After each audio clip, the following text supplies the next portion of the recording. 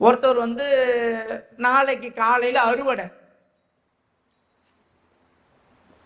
அறுவடை பண்ணியே ஆகணும். நாளைக்கு காலையில பயிர் தயார் நிலையில இருக்கு. இறைவன் கிட்ட வந்து என்ன வேண்டுவார்? இல்ல, இறைவன் கிட்ட வந்து என்ன வேண்டுவான்னு கேட்டேன். மழை வரக்கூடாதுன்னு வேண்டுவார் ஒருத்தவர். இன்னொருத்தர் என்ன பண்றாரு, பைய வச்சிருக்காரு, மழை. ரெண்டு பேரும் ஒரே நேரத்தில் இரண்டு காரியங்களை இறைவன் கிட்ட சங்கல்பம் பண்றாங்க. இப்ப இறைவன் என்ன செய்வார்? ரெண்டு பேரும் ஒரே ஊரு, பக்கத்து பக்கத்து கைனிகாரன்.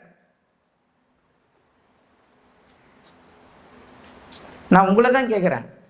இல்ல இந்த உண்மை இது பாருங்க, இந்த உண்மை உங்களுக்கு தெரிஞ்சிச்சுன்னா எந்த ஒரு மிகப்பெரிய ஆன்மீகத்தின் உச்சத்தில் இருக்கிறவங்க காலில் கூட நீங்க விட மாட்டீங்க. வயதானவர்களுக்கு மட்டும்தான் மரணம் வருமா? இனி வாழப்போற இளைஞர்களுக்கு மரணமே வராத அளவுக்கு இறைவன் நம்மளை படைத்திருக்கிறான்னு சொல்றேன். அப்படிதானேமா? அப்படிதான் நடக்குது உலகத்துல. கரெக்டா? புரியல நான் சொல்றது? என்ன புரியுது? நீங்க சொல்ற கால்குலேஷன் படி பார்த்தா மரணம் என்பது இளமையான பசங்களுக்கு வரக்கூடாது. கரெக்டா? புரியல தானே உங்களுக்கு? அறுவடைக்கு தயாரான பயிருக்கு இறைவன் கருணை காட்டுவார். ஏன் தெரியுமா சொல்றேன்? நம்மலாம் பரவாயில்ல, இறைவன் படுற கஷ்டத்தை பத்தி நீங்க புரிஞ்சுக்கணும். நீங்களே இறைவனா இருந்து கற்பனை பண்ணி பாருங்க. ஒரே நேரத்துல ரெண்டு பேர் வரான். ஒருத்தன் மழை வேணுன்றான், ஒருத்தன் மழை வேணான்றான். ஒருத்தன் குழந்தை வேணுன்றான், ஒருத்தன் குழந்தை வேணான்றான். ஒருத்தன் நோய் வேணான்றான், ஆரோக்கியமா இருக்கணும்ன்றான். இன்னொருத்தன் டாக்டர் கட்டிட்டு, டாக்டர் படிச்சுட்டு என்ன பண்றான், கிளினிக் கட்டிடுறான், டியூட்டி டாக்டரை போட்டுடுறான். சம்பளம் கொடுக்க முடியல, டாக்டருக்கும் நர்ஸுக்கும் சம்பளம் கொடுக்க முடியல. நோயாளிகள் வரவில்லை என்று வருத்தப்படுறான்.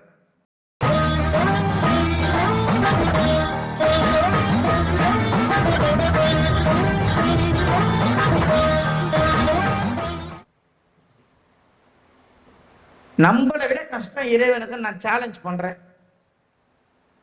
எப்படி தெரியுமா?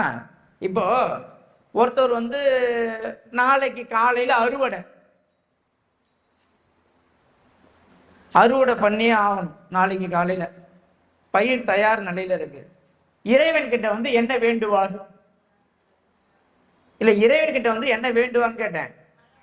மழை வரக்கூடாதுன்னு வேண்டுவார் ஒருத்தவர். இன்னொருத்தர் என்ன பண்றாரு, பைய வச்சிருக்காரு, மழை. ரெண்டு பேரும் ஒரே நேரத்தில் இரண்டு காரியங்களை இறைவன் கிட்ட சங்கல்பம் பண்றாங்க. இப்ப இறைவன் என்ன செய்வார்? ரெண்டு பேரும் ஒரே ஊரு, பக்கத்து பக்கத்து கைனிகாரன். நான் உங்களை தான் கேட்கிறேன். இல்ல இந்த உண்மை இது பாருங்க, இந்த உண்மை உங்களுக்கு தெரிஞ்சிச்சுன்னா எந்த ஒரு மிகப்பெரிய ஆன்மீகத்தின் உச்சத்தில் இருக்கிறவங்க காலில் கூட நீங்க விட மாட்டீங்க. இப்ப நான் ஏன் இப்படி வந்துக்கிறேன்னு பார்க்காதீங்க. ஜூஸ் குடிக்கும் போது சட்டையில ஊத்திக்கிச்சு, மறுபடியும் சட்டை எடுத்துனா டைம் ஆயிடும். அதனால சட்டையை கட்டி போட்டேன். அப்புறம் பார்த்தா சரி மாலை வேற போட்டு வரும், இறைவன் இந்த கோலத்துல இருக்கணும்னு ஆசைப்படுறாரு பொறுத்து நினைச்சு இப்படி வந்துட்டேன். இதான் உண்மை. அது சட்டையில டெமோ காட்டாதீங்க. மதியம் நீங்க எல்லாம் சாப்பிட்டீங்களா இல்லையான்னு பார்க்க வர அர்ஜென்ட்ல நான் சாப்பிடாத வந்துட்டேன். சார் ஜூஸ் வாங்கிட்டு வர சொல்லி ஜூஸ் குடிக்கும் போது என்ன ஆயிடுச்சு, அந்த கப்புல வர ஜூஸ் கிடையாது, கவர்ல கட்டி தராங்கல்ல அந்த ஜூஸ், ஃப்ரெஷ் ஜூஸ். ஃப்ரெஷ் ஜூஸ்ல கப்புல வர ஜூஸும் இருக்குது. சில கடையில கொடுப்பாங்க டம்ளர்லயே மூடி போட்டு இருக்கும். அது இங்க கிடைக்கல. நம்ம ஏரியா கொஞ்சம் ராயரான ஏரியான்றதுனால அந்த மாதிரிலாம் கிடைக்காது. எந்த பெரிய ஆன்மீகத்தின் உச்சத்தில் இருக்கக்கூடிய காலையும் நீங்க விட மாட்டீங்க. இந்த ஒரு விஷயத்துக்கு மட்டும் யாருன்னா பதில் சொல்லிட்டாங்கன்னா அவன் தான் ஞானவான். நல்லா யோசிச்சு பாருங்க. இதெல்லாம் பல வருஷமா எனக்குள்ள ஓடுற கேள்விகள். தவறான உறவுல குழந்தைய ஒருத்தவன் கலைகிறான், ஒருத்தவன் குழந்தை வரம் கேட்டு மண் சாதம் சாப்பிட்டு அங்க பிரதட்சணம் பண்றான். ஒருத்தன் குழந்தை பிறந்துச்சுன்னு கொண்டாடுறான் பர்த்டே ஃபங்க்ஷன், ஒருத்தன் குழந்தை ஆக்சிடென்ட் ஆயிடுச்சுன்னு கடவுளே இல்லைன்றான். எல்லாம் ஒரே நேரத்தில் இரு வேலைகள் நடப்பது எப்படி?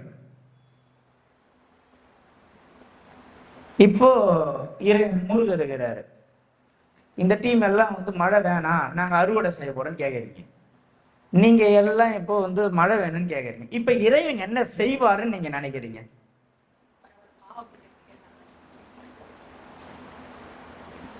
இல்ல நீங்க இதுக்கு இல்லம்மா, இப்போ இந்த உண்மை உங்களுக்கு தெரிஞ்சிச்சுன்னா இறைவன் உங்களோட உரையாட ஆரம்பிச்சுப்பார். ஆமா, டேல வெயில கொடுப்பாரு, நைட்ல மழையை கொடுப்பாரு. அவர் வந்து இவர் இந்த இந்த டியூட்டி பாக்குறாரு, புரோட்டோகால் டியூட்டி பாக்குறாரு.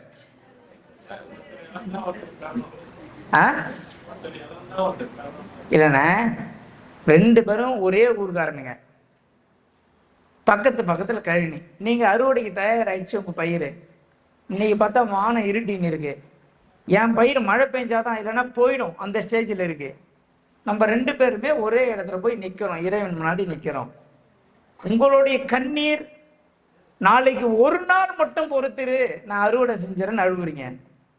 நாளைக்கு ஒரு நாள் மழை பெய்யலன்னா டோட்டலா இதுக்கப்புறம் நான் இவ்வளவு தூரம் பயிர் வச்சதே வேஸ்ட்டு, நான் இருப்பதே வேஸ்ட்டு, நான் இவ்வளவு கடன் வாங்கி தான் இந்த விவசாயமே பண்றேன், நானும் அழுகுறேன். இப்ப இறைவன் என்ன பண்ணுவான் பாருங்க. இது வந்து உலகத்தில் நடந்து கொண்டு இருக்கக்கூடிய ஒரு செயலை நான் பேசுறேன்.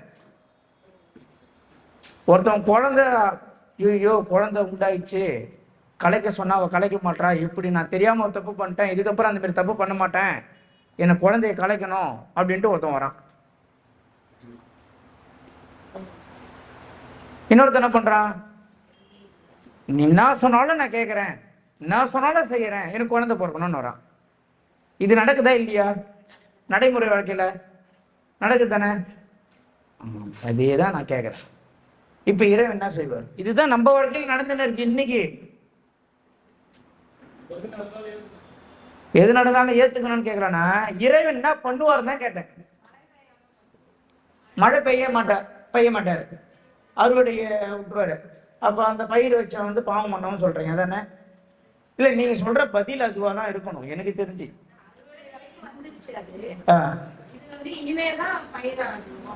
அதனால விட்டுருவாரு அப்படின்னு பார்த்தா, அவங்க என்ன சொல்றாங்க, அறுவடை வரை வந்து விட்டது, அதனால் மழை பெய்யாமல் அவனுக்கு வழியை விட்டு இவனை காலி. அப்போ அவங்க என்ன சொல்ல வராங்க தெரியுமா, வயதானவர்களுக்கு மட்டும்தான் மரணம் வருமா, இனி வாழப்போற இளைஞர்களுக்கு மரணமே வராத அளவுக்கு இறைவன் நம்மளை படைத்திருக்கிறான்னு சொல்றேன். அப்படிதானம்மா? அப்படிதான் நடக்குது உலகத்துல. கரெக்டா? புரியல நான் சொல்றது? என்ன புரியுது? நீங்க சொல்ற கால்குலேஷன் படி பார்த்தா மரணம் என்பது இளமையான பசங்களுக்கு வரக்கூடாது. கரெக்டா? புரியல தானே உங்களுக்கு? அறுவடைக்கு தயாரான பயிருக்கு இறைவன் கருணை காட்டுவார், புதிய பயிரை விட்டுருவாருன்னா இது எப்படி புரியல நான். அப்ப வயசானவங்களை விட்டுருவாரு, வாழ்ந்துட்டாங்க, இதையும் மட்டும் பாதிப்பாரு. புரியல. சரிம்மா, இப்படியே வச்சுப்போ. நீங்க ஒரு மளிகை கடை வச்சுக்கிறீங்க, கொரோனா காலகட்டம் வந்துச்சு, உங்க கடையில இருக்கிட்டு ஒரே ஒரு அரிசி மூட்டை தான், கீவு நிக்குது, 500 மூட்டை வச்சிருந்தீங்க, 499 மூட்டை வித்துருச்சு, 1000 பேர் கீவுல நிக்கிறான், ஒரு மூட்டை தான் இருக்குது. இப்போ அந்த நிக்கிற அந்த 1000 பேருக்கு இந்த ஒரு மூட்டையை எப்படி கொடுப்பீங்க? ஆளுக்கு நல்ல ரொம்ப ஜாஸ்தியா இருக்கும்போது என்ன ஊருமா நீங்க? தஞ்சாவூர் டெல்டா மாவட்டம். ஆளு கொஞ்சம் கொஞ்சம் கொடுப்பாங்க. ஆமா, தஞ்சாவூர் பெல்ட்ல அப்படிதான்.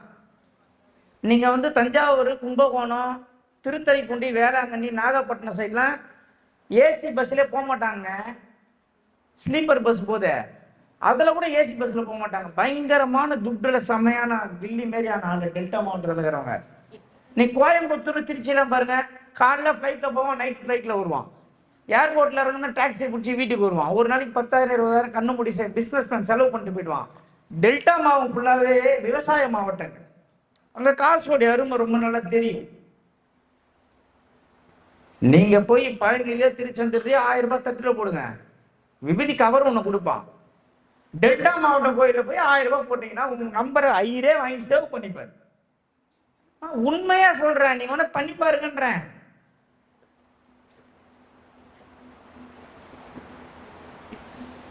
ஒரு மூட்டை அரிசிக்கு 2 பேருக்கு 2 பேர் வராங்க, ஒரே மூட்டை அரிசிக்கு யாருக்கு தருவீங்க? மூட்டையை பிரிக்க கூடாது.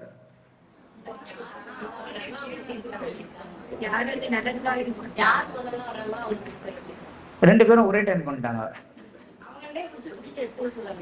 இல்ல அவங்க பிரிக்க மாட்டாங்க, பின்னப்படாம வரணும்னு ஆசைப்படுறாங்க. இப்போ மகாபாரதத்துல தொடைக்கு கீழே பானத்தை என்ன பண்ணக்கூடாது, அடிக்க கூடாது சத்தியம் வாங்கினாங்கல்ல, அந்த மாதிரி மூட்டையை நானும் 4-5 வாங்கிடுறேன். உங்களுக்கு மூட்டையை பிரிக்கக்கூடாது, அவங்ககிட்டே கொடுத்து பிரிச்சுட்டு போடக்கூடாது, நீங்களே பிரிச்சு 2 மூட்டையா போடக்கூடாது, மூட்டை பின்னமே படக்கூடாது, முழு மூட்டையா போகணும். 2 பேருக்கும் போகணும். எப்படி போகும்?